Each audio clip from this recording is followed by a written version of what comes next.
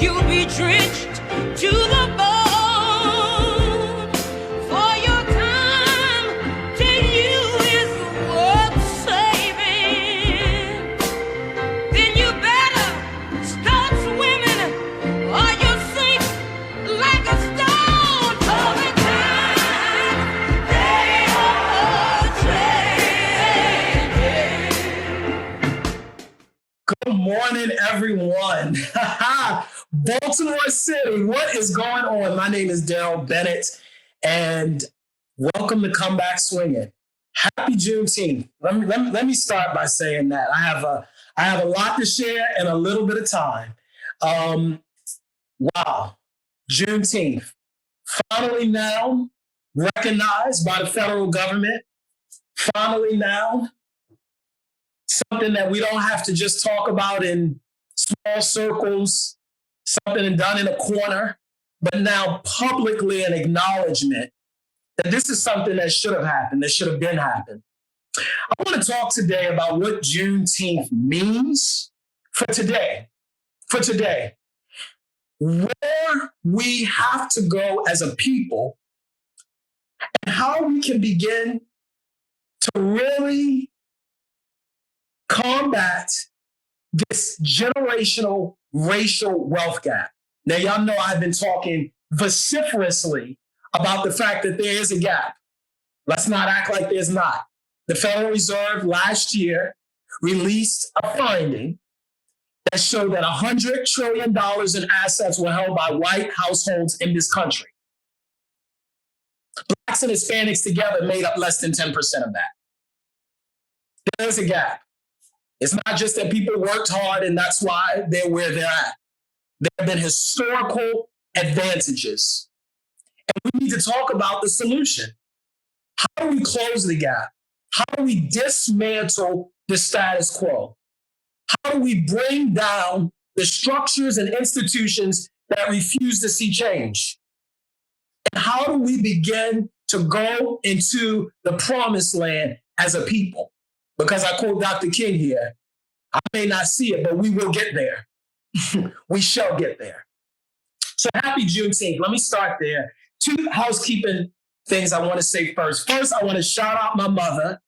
I'm not going to give y'all her name because y'all know I'm very close to my mother. And somebody say something out of line to my mother, and then I got to come out of my character. We're not going to do that. But I will say happy birthday to my mother.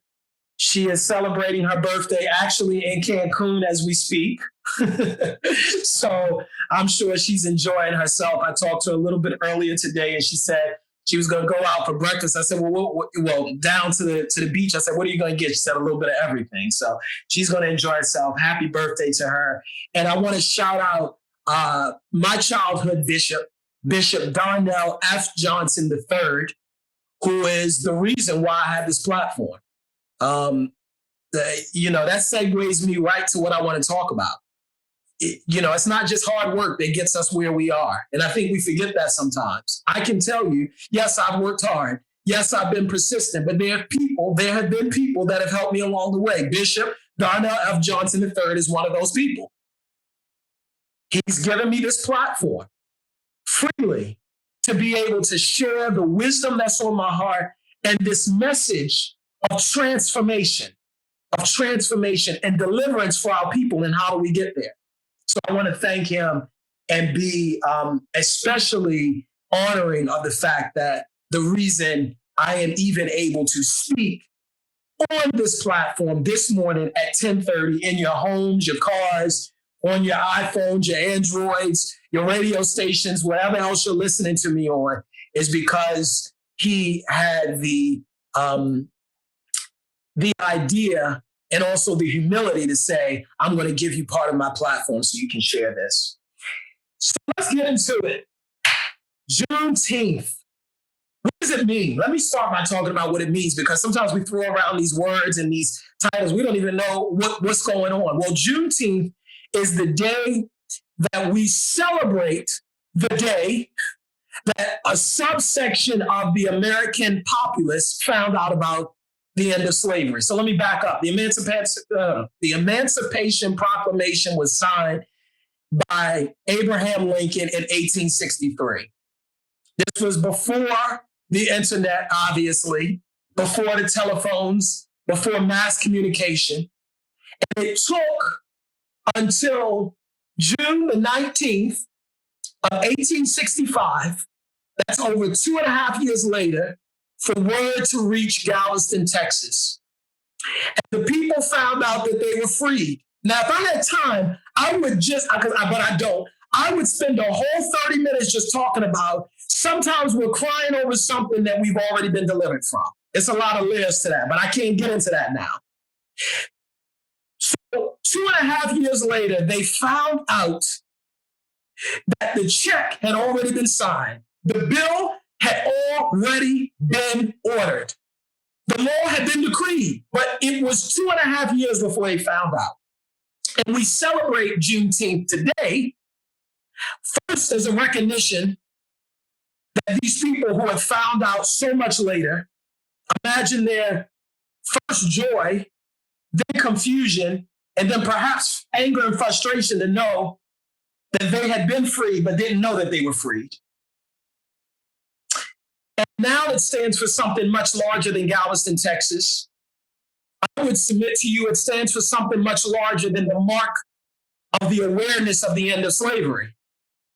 It stands for a people who still have yet to inherit the promise of a country that has still refused to be what it is purported to be. I'm going to talk about three things.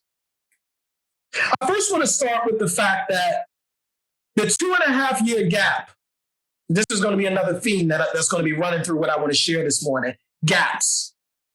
The 2.5 year gap between the word and the awareness, between the seed and the harvest, between the promise and the manifestation, that 2.5 year gap was not just because people didn't know. It was because the information was hidden and concealed from them. I want to touch on that because if we're not careful, we'll move quickly past it and we'll pretend as if, well, people didn't know because folks couldn't read and people couldn't write and this was not like the circumference of Jupiter. Some wayward fact that we're trying to figure out and we're unaware of. This was a coordinated, institutional, systematic effort to keep people blind, deaf, and dumb. And it's still happening. I want you to understand, everything that I talk about is about what's happening now. I use the backdrop of history to give you the context for today. And so we understand that there was an act of concealment. Let's talk about concealment. Let's talk about the fact that now it's 100 years later and we're finally acknowledging what happened in Tulsa. 100 years later, only one person left who actually saw the horrors, and now we turn our head to say, oh, yeah, that did happen. And there are people who would submit to you, and it's a lie, before I even tell you the lie, it is a lie, but there are people who would submit to you, oh, well, folks didn't know about it, and now we know. Some people knew. Many people knew. But it was concealed. When we talk about concealment, we can thread that not just from transatlantic slavery in the 19th century, not just Jim Crow-ism of the 20th century, but we can needle that thread all the way to the 21st century where we find ourselves today. We will watch things on camera, and there are still institutions and systems that will say, will you believe me? Like the old saying goes, or your lying eyes. Concealment. I'm going to speak on it. I'm going to speak on it because I have to. The events of January 6th of this year, where they're saying now there's tourists. Concealment.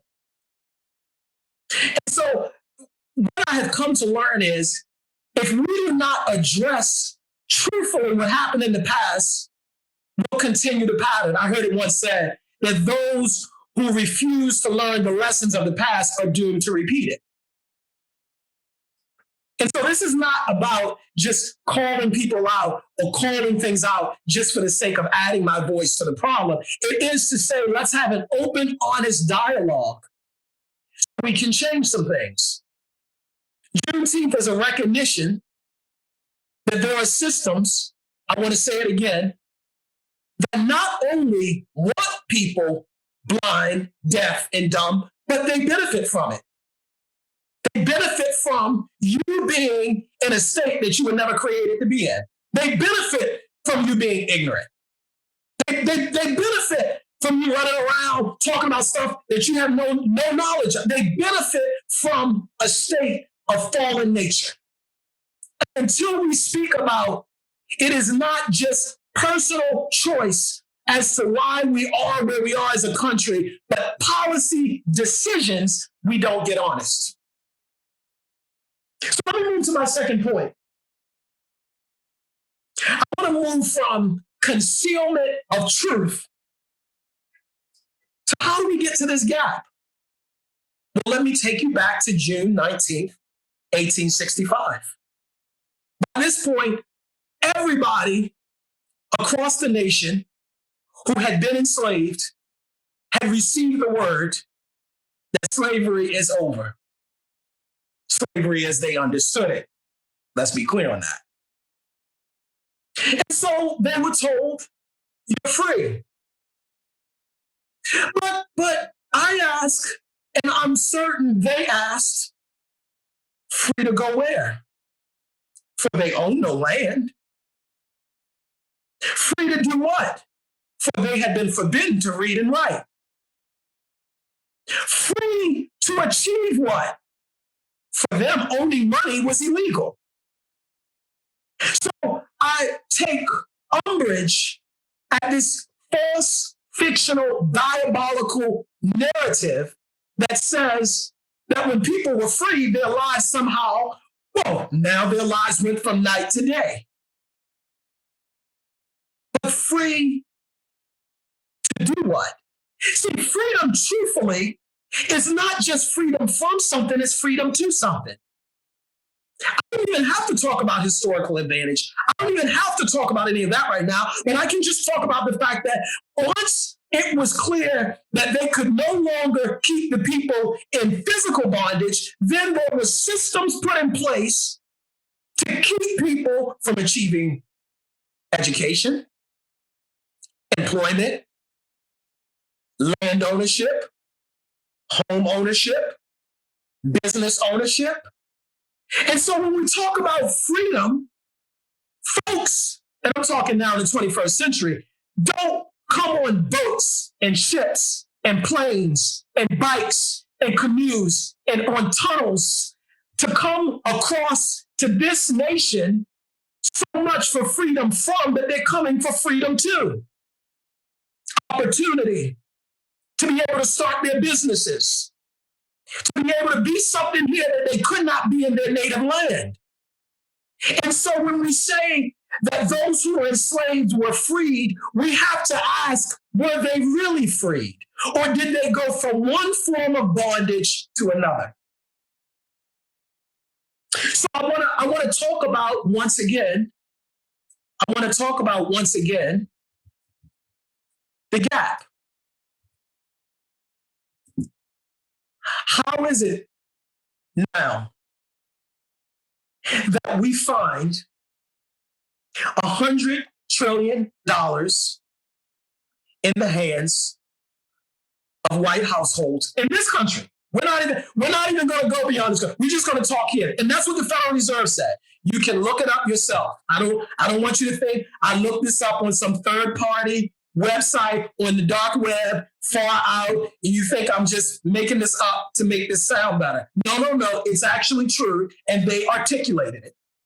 How do we get to that place?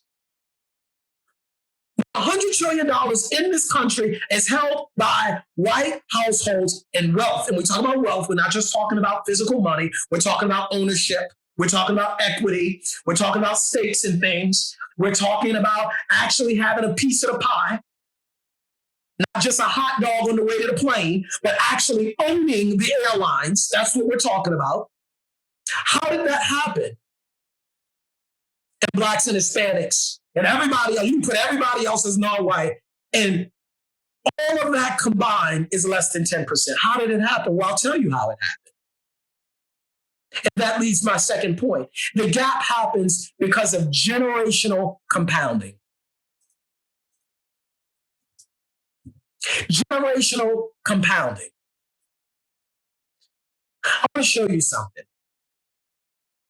1 penny every day doubled reaches, get this, 5,368,709.12. I want to say that again. If you took a penny and you doubled it every day for 30 days, because there's an old riddle that says, would you rather have a penny doubled every day for a month, meaning that whatever's the second day is doubled, the third day is doubled, the fourth. I want to be clear here. Or would you rather get $1 million? Most people say $1 million because you just don't see how could a penny in 30 days equal over $1 million. The truth of the matter is, it does. This is what we found. A penny every day doubled 2 pennies and 4 pennies. It looks like nothing all the way until you get to about day number. Let me break this down for you. By day 8, you're at $1.28. By day 18, that's when you start seeing something. It's $1,000. It still looks like, wait a minute, I should have chosen $1 million. By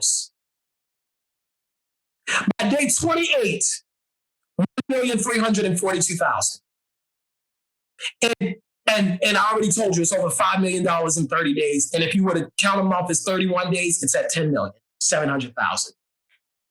What am I trying to say? The result of much of the wealth as we see it today in the world is the result of compounded interest. Now, I told you all that I graduated from Harvard Law School. I told y'all that. I grew up in Baltimore, then I graduated from Harvard Law School. I've seen both worlds.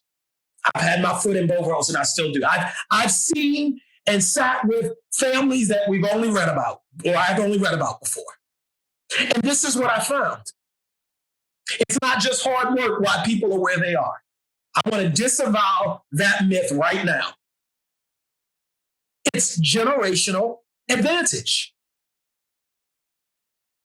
People say, the reason why America is as far along as it is because of ingenuity. The reason why America is as far along as it is because historically we know of no other nation in the world that had modern nation that had 400 years of a free slave labor.